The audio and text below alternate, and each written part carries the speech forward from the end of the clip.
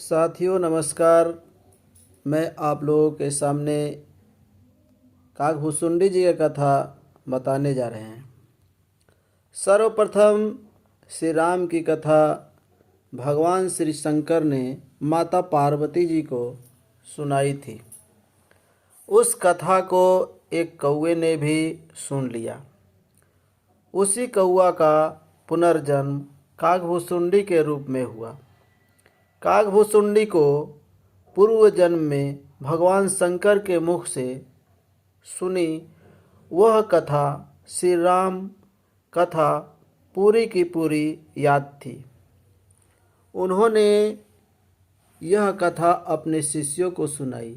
इस प्रकार राम कथा का प्रचार प्रसार हुआ।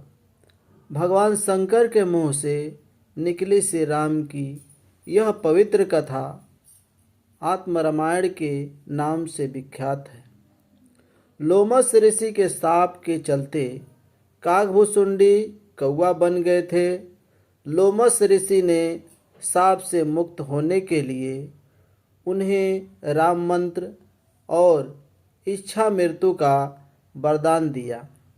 कौवे के रूप में ही उन्होंने अपना संपूर्ण जीवन व्यतीत किया। वाल्मीकि से पहले ही काकभूसुंडी ने रामायण गिद्धराज गरुड़ को सुना दी थी। लोमस ऋषि परम तेजस्वी तथा विद्वान थे।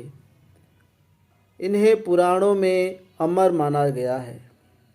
हिंदू महाकाव्य महाभारत के अनुसार ये पांडवों के ज्येष्ठ भ्राता युधिष्ठिर के साथ तीर्थ यात्रा पर गए थे और उन्हें सब तीर्थों का वृत्तांत बतलाया था। लोमस ऋषि बड़े बड़े रोमों वाले थे। इन्होंने भगवान शिव से यह वरदान पाया था कि एक कल्प के बाद मेरा एक रोम गिरे और इस प्रकार जब मेरे शरीर के सारे रोम गिर जाए तब मेरी मृत्यु हो।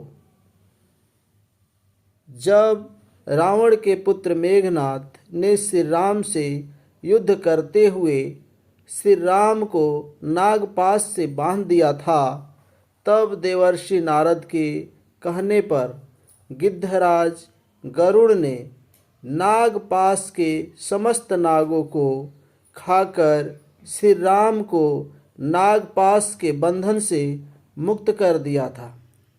भगवान श्री राम के इस तरह नागपाश में बंध जाने पर श्री राम के भगवान होने पर गरुड़ को संदेह हो गया। गरुड़ का संदेह दूर करने के लिए देवर्षि नारद उन्हें ब्रह्मा जी के पास भेज देते हैं। ब्रह्मा जी उनको शंकर जी के पास भेज देते हैं। भगवान शंकर ने भी गरुड़ को उनका संदेह मिटाने के लिए काकभूसुंडी जी के पास भेज दिया। अंत में काकभूसुंडी ने राम के चरित्र की पवित्र कथा सुनाकर गरुड़ के संदेह को दूर किया। वैदिक साहित्य के बाद जो राम कथाएं लिखी गई उनमें वाल्मीकि रामायण सर्वोपरि है।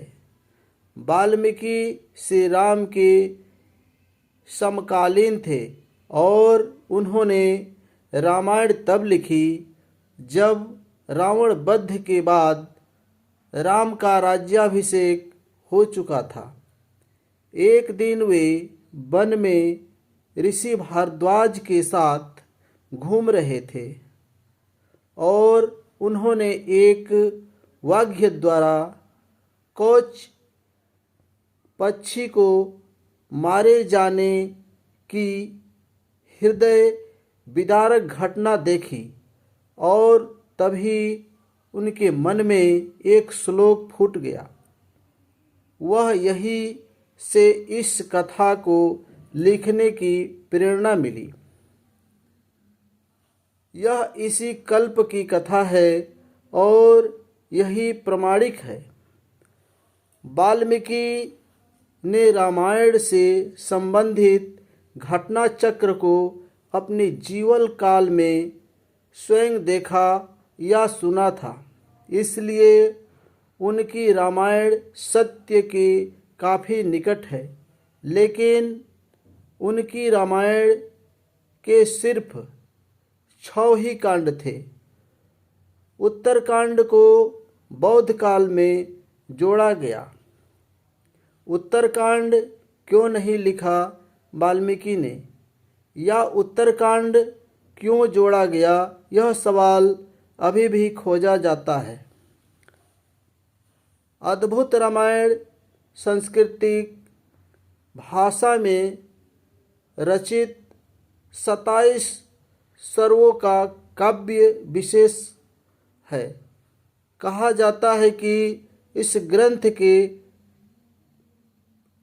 प्रणेता भी वाल्मीकि थे, किंतु शोधकर्ताओं के अनुसार इसकी भाषा और रचना में लगता है कि किसी बहुत परवर्ती कवि ने इसका प्रणयन किया है, अर्थात अब यह वाल्मीकि की कृति नहीं रही।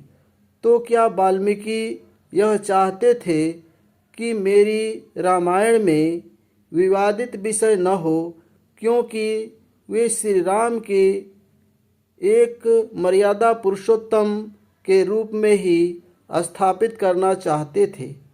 साथियों, आज की कथा बस इतना ही। नमस्कार।